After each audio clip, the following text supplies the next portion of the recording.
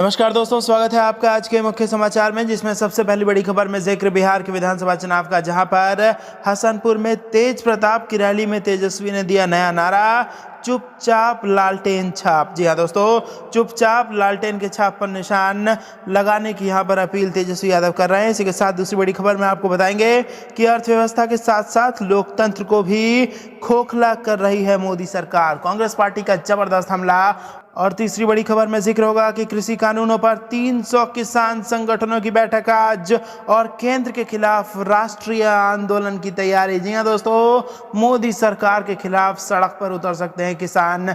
बेहद बड़ी खबर निकल के आ रही है। हर एक खबर की गहराई में आपको ले जाएंगे दोस्तों, लेकिन उससे पहले अगर आपको भी ऐसा लगता है कि किसान विरोधी कानून का सबसे पहला बदला देश की जनता बिहार के विधानसभा चुनाव में ले लेगी, तो आप अभी इस वीडियो को लाइक कीजिए और इस लाल बटन को दबा के इस चैनल को फ्री में सब्सक्राइब करके घंटी बजाकर कमेंट में लिखिए जय हिंद। दोस्तों, रुक करते हैं तमाम बड़ी खबरों की तरफ।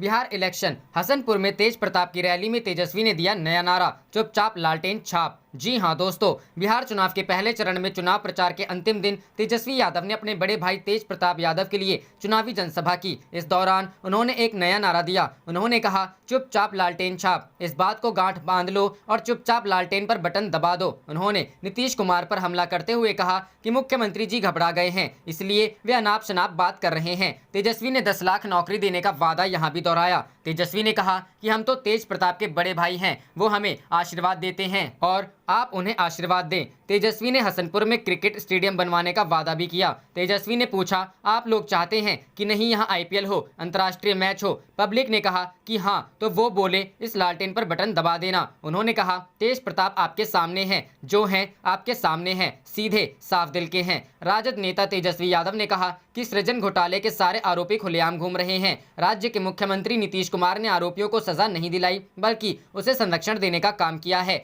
हर जगह भ्रष्टाचार व्याप्त है, ब्लॉक स्तर पर भी काम करवाने के लिए चढ़ावा देना होता है। तेजस्वी यादव भागलपुर को नाथनगर स्थित CTS चर्च मैदान में कांग्रेस प्रत्याशी अजीत शर्मा के नेतृत्व में चुनावी सभा को संबोधित कर रहे थे। तेजस्वी ने चुनावी सभा को संबोधित करते हुए कहा कि 10 नवंबर के बाद से नौकरी मिलनी शुरू हो जाएगी। यह सिर्फ रोजगार नहीं होगा, बल्कि पक्की सरकारी नौकरी होगी। इसके लिए मैंने संकल्प लिया है। मंत्रिमंडल की पहली बैठक में इस पर निर्णय ले लिया जाएगा। तेजस्वी ने कहा कि अन्य रोजगार नई उद्योगों से आएगा, वह अलग है। उन्होंने कहा, धर्म जाति के नाम पर कोई लड़ाई तो उससे सावधान रहिएगा, पूछिएगा हमारा रोजगार कहाँ है। नेता प्रतिपक्ष ने कहा कि उनकी सरकार बनेगी तो किसी तरह के फॉर्म भरने के लिए शुल्क नहीं देने होंगे और परीक्षा केंद्र पर जाने के लिए युवाओं को किराया नहीं देना होगा। रुक करते हैं अगली खबर की तरफ। अर्थव्यवस्था के साथ साथ लोकतंत्र को भी खोखला कर रही है मोदी सरकार, कांग्रेस। जी हां दोस्तों, कांग्रेस पार्टी ने मोदी सरकार पर हमला बोला है। कांग्रेस प्रवक्ता गौरव वल्लभ ने सोमवार को प्रेस कॉन्फ्रेंस में कहा कि मौजूदा केंद्र सरकार अर्थव्यवस्था के साथ साथ लोकतंत्र को भी खोखला कर रही है। कांग्रेस अध्यक्ष सोनिया गांधी ने पिछले 6 सालों का पूरा विवरण लिखा है। गौरव वल्लभ ने कहा कि उन्होंने ये बताने की कोशिश की है कि केंद्र सरकार की नीतियों का जो विरोध करता है वो आतंकवाद को बढ़ावा देता है, देशद्रोह करता है, जबकि लोकतंत्र का मूल भाव नहीं है। लोकतंत्र का मतलब लोग है, लोग का मतलब वो नहीं जो सरकार के पक्ष में वोट दिया हो, उनके भी अधिकार उतने ही हैं जिसने सरकार के पक्ष में वोट नहीं दिया। गौरव वल्लभ ने कहा कि सरकार की किसी नीतियों के खिलाफ आवाज उठाना आतंकवाद नहीं है, बल्कि सरकार को चेताना असली लोकतंत्र है। भाजपा लोकतंत्र की बात करती है, लेकिन जब कोई उसकी नीतियों के खिलाफ आवाज उठाता है तो ED, CBI, इनकम टैक्स लगा दी जाती है। देश के कई बुद्धिजीवों के खिलाफ सरकार ने ऐसा किया है, जिनकी लेखनी और विचार की दुनिया में लोग कायल हैं। ये लोकतंत्र का भाव नहीं है। रुक करते हैं अगली खबर की तरफ। कृषि कानूनों पर 300 किसान संगठनों की बैठक कल, केंद्र के खिलाफ राष्ट्रीय आंदोलन की तैयारी। जी हां दोस्तों, कृषि कानूनों में बदलाव की मांग को लेकर किसान राष्ट्रीय स्तर पर विरोध प्रदर्शन आयोजित करने की तैयारी कर रहे हैं। इसके लिए मंगलवार को दिल्ली के रकाबगंज गुरुद्वारे में 300 से अधिक किसान संगठन बैठक कर आंदोलन की रूपरेखा को अंतिम रूप देंगे। इस बैठक में देश भर के किसान संगठनों को बुलाया गया है, जिससे आंदोलन को व्यापक रूप दिया जा सके। इसके पहले किसानों और सरकार के बीच सहमति बनाने की कोशिशें असफल साबित हुई थी। सूत्रों के मुताबिक किसान संगठन हर प्रकार के बाजार में न्यूनतम समर्थन मूल्य को अनिवार्य करने से कम पर मानने के लिए तैयार नहीं होंगे। इसके अलावा किसान संगठन चाहते हैं कि कॉन्ट्रैक्ट फार्मिंग, खुले बाजार में फसलों की खरीद को अनुमति देने और आवश्यक वस्तुओं के संग्रह पर प्रतिबंध हटाने के जरिए APMC मंडियों को खत्म ना किया जाए। किसान इस मुद्दे पर लिखित आश्वासन चाहते हैं। किसान शक्ति संघ के अध्यक्ष चौधरी पुष्पेंद्र सिंह ने अमर उजाला को बताया कि किसानों का मानना है कि उसे हर बाजार में न्यूनतम समर्थन मूल्य मिलना चाहिए। खुले बाजार में जहां की प्राइवेट लोगों को खरीद करनी है, वहां सरकार न्यूनतम समर्थन मूल्य लागू करने से क्यों बच रही है, जिसका भुगतान भी उसे स्वयं नहीं करना है।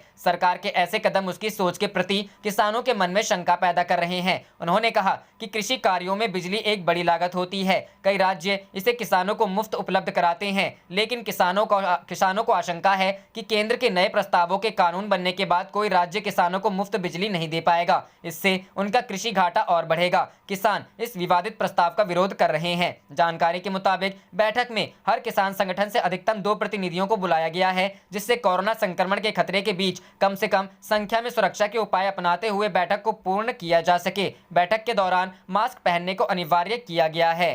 रुख करते हैं अगली खबर की तरफ। गठबंधन जीतेगा 150 से अधिक सीटें, सरकार बनने के बाद घोटालों की होगी जांच, सुरजेवाला। जी हां दोस्तों, बिहार विधानसभा चुनाव में महागठबंधन के 150 से अधिक सीटें जीतने की उम्मीद जताते हुए कांग्रेस के वरिष्ठ नेता रणदीप सुरजेवाला ने सोमवार को कहा कि सरकार बनने के बाद प्रदेश में हुए सभी घोटालों की जांच कराकर न्याय सुनिश्चित किया जाएगा और विकास को बिहार की पहचान बनाया जाएगा। इसके साथ ही सुरजेवाला ने बिहार के मुख्यमंत्री नीतीश कुमार और उप मुख्यमंत्री सुशील मोदी के नेतृत्व पर भी सवाल उठाया। उन्होंने कहा कि प्रदेश की जनता टायर्ड एवं रिटायर्ड नेतृत्व को बदलना चाहती है। बिहार से संबंधित कांग्रेस की चुनाव प्रबंधन समिति के प्रमुख ने पीटीआई भाषा को दिए साक्षात्कार में यह भी कहा कि उनकी पार्टी का लक्ष्य बिहार में व्यवस्था परिवर्तन करना, राज्य के पहले मुख्यमंत्री श्री कृष्णा सिन्हा के दौर वाला शासन फिर वापस लाना और विकास को बिहार की पहचान बनाना है। उन्होंने कहा, बिहार अब नीतीश कुमार एवं सुशील मोदी के टायर्ड और रिटायर्ड नेतृत्व को बदलकर नई ऊर्जा, नई स्फूर्ति और नई उमंग के साथ आगे बढ़ना चाहता है। बिहार चीख चीख कर कह रहा है कि 15 साल के जुमलों और झूठे वादों से लोग थक चुके हैं, इसलिए महागठबंधन 150 से अधिक सीटें लेकर सरकार बनाएगा। चुनाव बाद महागठबंधन का स्वरूप बदलने और जरूरत पड़ने पर छोटे दलों की मदद लेने की संभावना से जुड़े सवाल पर सुरजेवाला ने कहा, हमें 12 करोड़ बिहार वासियों पर विश्वास है। महागठबंधन 2/3 बहुमत की तरफ बढ़ रहा है और ऐसे में किसी और साथी की जरूरत नहीं होगी। उन्होंने यह भी कहा कि सरकार बनने के बाद बिहार के विकास में सभी जनप्रतिनिधियों का सहयोग लिया जाएगा। यह पूछे जाने पर क्या महागठबंधन की सरकार कथित सृजन घोटाले और भ्रष्टाचार के अन्य आरोपों की जांच कराएगी, तो सुरजेवाला ने कहा, घोटालों की जांच भी होगी और न्याय मिलेगा। रुख करते हैं अगली खबर की तरफ। बिहार चुनाव के आखिरी 36 घंटों में मुद्दों की भरमार, हवा के रुख से बदलाव के संकेत। जी हां दोस्तों, 36 घंटे बाद बिहार विधानसभा की 71 सीटों पर मतदान शुरू हो जाएगा। जातीय आधार पर वोट करने वाले बिहार में इस बार जाति के अलावा दूसरे मुद्दे जोर पकड़ रहे हैं, जिसने भाजपा और सीएम नीतीश की मुश्किलें बढ़ा दी हैं। रोजगार का सवाल मतदाताओं के सिर चढ़कर बोल रहा है। कोरोना में लॉकडाउन के कारण राज्य में बेरोजगारी चरम पर है। प्रदेश के नौजवानों की इस नब्ज को भांपकर तेजस्वी ने 10 लाख सरकारी नौकरी देने का वादा कर मास्टर स्ट्रोक चल दिया। भाजपा ने इसके जवाब में 19 लाख रोजगार देने की घोषणा कर दी, लेकिन यह घोषणा लोगों के गले उतरते नजर नहीं आ रही है। चुनाव प्रचार के अंतिम दिन तेजस्वी जातीय कार्ड खेलने में पीछे नहीं रहे। यह कहकर ठाकरों के सामने जैसे लालू राज में गरीब सीना तानकर चलता था, उनके राज में भी वह सीना तानकर चलेगा। इसी के साथ महंगाई का मुद्दा भी उछाल दिया है। प्याज नीतीश और मोदी पर भारी पड़ती नजर आ रही है। तेजस्वी के जातीय वाले बयान को भाजपा बड़ा मुद्दा बनाकर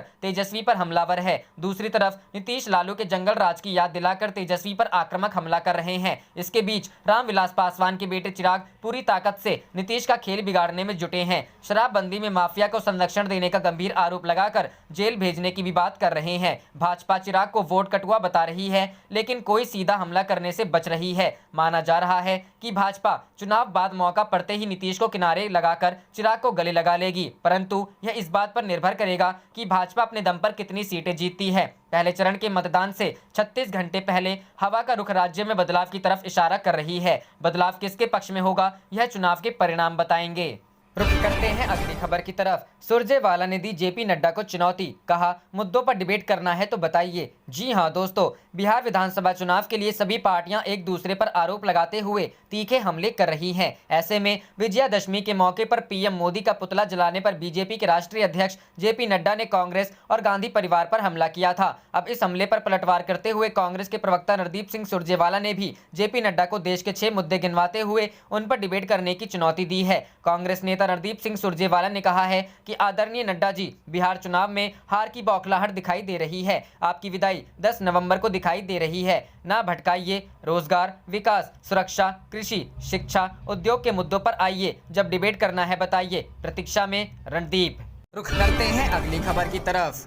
वोटिंग से पहले तीखे हुए चिराग पासवान के तेवर, बोले नीतीश कुमार के लिए जेल ही सही जगह। जी हां दोस्तों, बिहार में पहले चरण के मतदान से 2 दिन पहले लोक जनशक्ति पार्टी के राष्ट्रीय अध्यक्ष चिराग पासवान ने मुख्यमंत्री नीतीश कुमार पर हमले तेज कर दिए हैं। पासवान ने नीतीश कुमार पर भ्रष्टाचार का आरोप लगाते हुए करारा हमला बोला है। पासवान ने कहा कि मुझे लगता है कि मुख्यमंत्री के लिए जेल सही जगह है। चिराग पासवान ने समाचार एजेंसी ANI से कहा, ऐसा संभव नहीं कि नीतीश कुमार घोटालों में शामिल नहीं हो। चिराग पासवान की ओर से यह प्रतिक्रिया नीतीश कुमार के कार्यकाल में भ्रष्टाचार करने वालों को जेल भेजने वाले अपने वादे के जवाब में आया है। लोजपा सांसद चिराग पासवान ने कहा, मैंने कहा था कि यदि वे दोषी हैं तो जांच के बाद उनको जेल भेजा जाएगा। ऐसा कैसे संभव है कि मुख्यमंत्री को इतने बड़े पैमाने पर चल रहे भ्रष्टाचार और घोटाले की भनक नहीं है? अगर उन्हें जानकारी नहीं है तो जांच होनी चाहिए। हालांकि लोगों का और मेरा मानना है कि वह इसमें शामिल हैं, वह भ्रष्टाचारी हैं और किसी भी भ्रष्ट व्यक्ति को जेल भेजना चाहिए। पासवान ने कहा,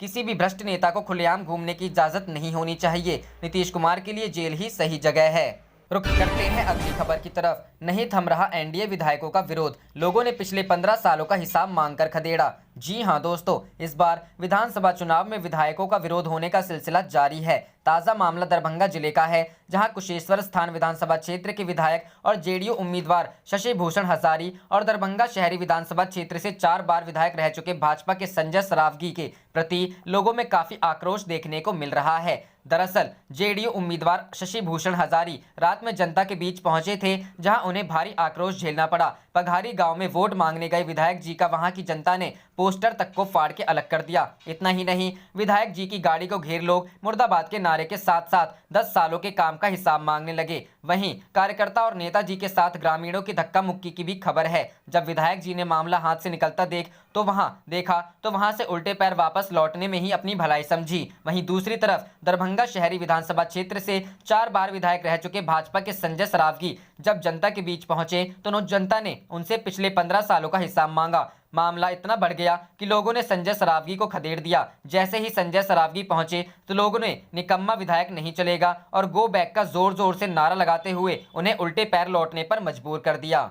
रुक करते हैं अगली खबर की तरफ। प्रचार के दौरान आमने सामने बीजेपी और आरजेडी कार्यकर्ता, जमकर हुआ हंगामा। जी हां दोस्तों, बिहार चुनाव 2020 के प्रथम चरण के मतदान से पहले हाजीपुर में बीजेपी और आरजेडी कार्यकर्ताओं के बीच तीखी नोकझोंक हुई। इस दौरान मौके पर पहुंची पुलिस ने किसी तरह स्थिति को संभाला। बताया गया है कि आरजेडी समर्थकों द्वारा बीजेपी के प्रचार वाहन का क्षेत्र में आने पर विरोध किया जा रहा था, जिसके चलते विवाद बढ़ गया। बीजेपी के गढ़ कही जाने वाली हाजीपुर विधानसभा से इस बार भी सिटिंग विधायक अवधेश सिंह चुनाव मैदान में हैं। वहीं आरजेडी ने उनके सामने देव कुमार चौरसिया को उतारा है। बीजेपी प्रत्याशी को इस विधानसभा से अपनी राजनीतिक विरासत बचानी है, तो वहीं आरजेडी प्रत्याशी किसी भी कीमत पर ये सीट बीजेपी से छीनना चाहते हैं। इस बीच प्रचार के दौरान विगत दिवस बीजेपी और आरजेडी समर्थक आमने सामने आ गए। बताया गया है कि बीजेपी प्रत्याशी का प्रचार वाहन जा रहा था। रास्ते में आरजेडी समर्थकों ने बीजेपी के इस वाहन को रोक लिया। इसके बाद दोनों ओर से बहस शुरू हो गई। सूचना मिलते ही